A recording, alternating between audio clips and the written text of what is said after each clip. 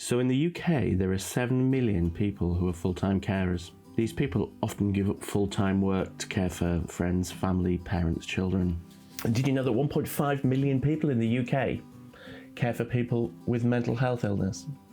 So the reason why today I'm going to be talking a little bit about carers and a little bit about art and that sort of intersection between the two is that I get a lot of messages from people who say that they're caring for friends, parents, partners, elderly relatives, and that they're also doing a little bit of art to help them get by. And some of the messages are very sad, and some of the messages are very inspiring, actually. And sometimes they're both. I think it's really important for any people in a caring role to feel seen. I think particularly if you're a full-time carer who doesn't have a very good support network around yourself,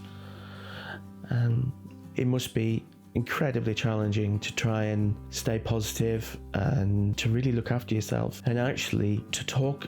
Although undoubtedly there are many positives for full-time carers and there can be a lot of personal fulfillment, there are undoubtedly many challenges that carers face, and statistically there seems to be quite a high impact on physical and mental health. According to NICE, which is the National Institute of Health and Care Excellence here in the UK, evidence suggests that carers do neglect their own health because they're prioritising the care role that they have helping other people, so they're less likely to attend appointments for their own health care. They're also likely to report long-term conditions. Now that can be sort of caring injuries such as back pain, shoulder pain. 40% of carers experience significant distress and depression compared with the general population. A national survey of almost 200,000 carers in England found a poorer health-related quality of life amongst carers compared to non-carers of a similar age, gender, ethnicity and social deprivation, and those things were related to mobility, self-care, pain, anxiousness, depression. Compared with the general population, carers are 7 times more likely to report being lonely. You might have less time to socialise, to pursue your own hobbies. If you've given up work, then you'll lose that work community as well, which is often the only social connection that a lot of people have if they're carers as well. One of the things that you often hear is it's the hardest thing for carers to do is to get some me time because they have to organise alternative care, or they have to be able to know that everything is okay before they step away just for an hour to do some hobbies or see friends. Financially, carers face difficulties and their income may be affected by their caring role. There is also information to suggest that many carers do not claim all the benefits which they are eligible. Many carers may work part-time and then care part-time, but their caring role can have an adverse effect on their professional role. It can add tiredness, stress. Nearly 1 in 7 workers is a carer. The demands of caring alongside a job mean that the public cost of carers leaving work is £1.3 billion a year. I know a lot of people who are in caring roles with elderly relatives. We know people who might be looking after elderly relatives at the same time as they're looking after their own children, at the same time as working. There's certainly a lot of mental load that comes with that. And even in everyday life, it may be that you have to leave your phone on overnight in case you have an elderly relative that's going to call you, or there is an anxiousness and almost a price you pay as a carer. So obviously caring can be a very rewarding and positive role, but ultimately the thing that gets sacrificed first is your own time, and not giving yourself the time to keep yourself healthy, with exercise or cooking a healthy meal or socializing or doing some hobbies and keeping your own interests. So why is art so important for carers? Well, maybe in your support role you have to stay in the house on an evening, so you can't leave the house to be sociable. So how can art have such a positive effect on carers? Well, art can affect who you are as an individual. It can be something very, very personal to you. And it's very easy when you're in a caring role to sort of subsume yourself into the identity of another person, whether that's a partner who has got some degenerative condition, or whether it's that looking after young children. You become a mother, or you become a father, or you become a carer, but you can also lose a little bit of your own self and your own sense of identity.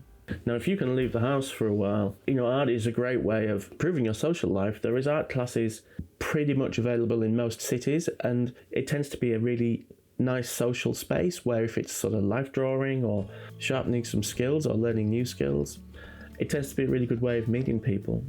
I think it's pretty much accepted that art is a great way of coping with anxiety and depression. It's a really good way of expressing emotions. It may be that the art that you're doing is a complete escapism from your caring role. It may be that, in a sense, doing something completely different, doing something that isn't task orientated, it is literally just the art of creation for creation's sake, can be a very liberating space to sit in. It also means that you literally focus on the work that's in front of you. And as you do that, all those million tasks that you need to do and you're constantly thinking about can be just put aside for a little bit, and you can just focus on one thing. Art is a great way of relieving stress. It can relax the brain, your heartbeat slows down, and not only can it help you express your sort of emotions and feeling, it can be excellent for your brain. Learning artistic skills can boost your confidence, increases serotonin levels, increases blood flow to the part of the brain associated with pleasure. It can be great for fostering new ways of thinking, and it also can help foster positivity for the future. So, creating music, or even listening to music, or dancing, or doing art, or doing, knitting, anything that's creative. Even you could argue cooking. They're just very positive things to do for yourself. It might not always be possible to take time out to go and join an art club or to go and do art lessons. Financially, time-wise, you just can't do it. You can always pick up a pencil, a pen, maybe some watercolors, something that's relatively quick. Sit down, put some music on, and create something. Do a little tutorial, or YouTube obviously is great for that. In an ideal world, once a day, if you're looking after somebody from first thing on the morning all the way around the clock, maybe waking up in the night to help people, and then all 24 hours a day, 7 days a week, in an ideal world you should have at least a day off, but that's just not feasible for a lot of people. So realistically, what can you do? Well, that obviously depends on your own personal situation and what you really want to do, but art is a really good thing to pick up. I had a wonderful message from somebody on one of my YouTube videos who thanked me for talking about mental health, and they said that while they were looking after their partner who had Alzheimer's, they managed to have a little time just now and again to do a little bit of drawing, and that gave them a little bit of joy, and they managed to retain that joy through their art journey. And it really made me think again how powerful art can be. It may be that you want to escape your domestic scene by sketching, boats or lighthouses like I do. It may be that you want to, pull a flower from the garden and paint that abstract beauty of nature.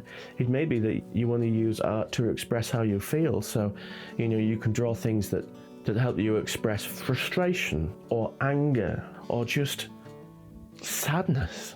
So you can use drawing and sketching as a form of journaling, where you can sketch some of the amazing things that have happened that day, or express some gratitude for what you have, or alternatively express some frustration. What's really annoyed you, what's made you really angry, where's the red hot feelings. Let those go in your art. Art can be a pressure valve also for releasing very negative. You can really tap into those feelings to create some art that's just angry. So yes, if you have 10 minutes to doodle in a sketchbook or on a piece of loose paper, that can be wonderful. That can be just enough to get you through and to give your brain a bit of a rest from the stress and the strain. In an ideal world, it would be great to go to an art club, meet some new people, socialise, but as you said before, not always possible. But at the very least, you can capture the journey a little bit. But also there's some really good resources on, social media for sharing art and for interacting with other artists, which is, I've found quite useful in the past. So if any of you are in a caring role, you have my utmost admiration for your patience and your kindness and your generosity. But man, it's hard, and it's hard to look after yourself. But if you can find the time just to squeeze a bit of creativity into your life, whether it's, a bit of sewing or carpentry or drawing, sketching, crochet, welding, metalwork, anything that is relatively creative, anything that is a true expression of self, then that's going to give you a release and a sense of actually doing something just for yourself. It can't help but be a positive thing. And I just want to say to all you people out there who are caring, you're doing amazing. And look after yourselves if you can. We'll see you next time. Bye bye.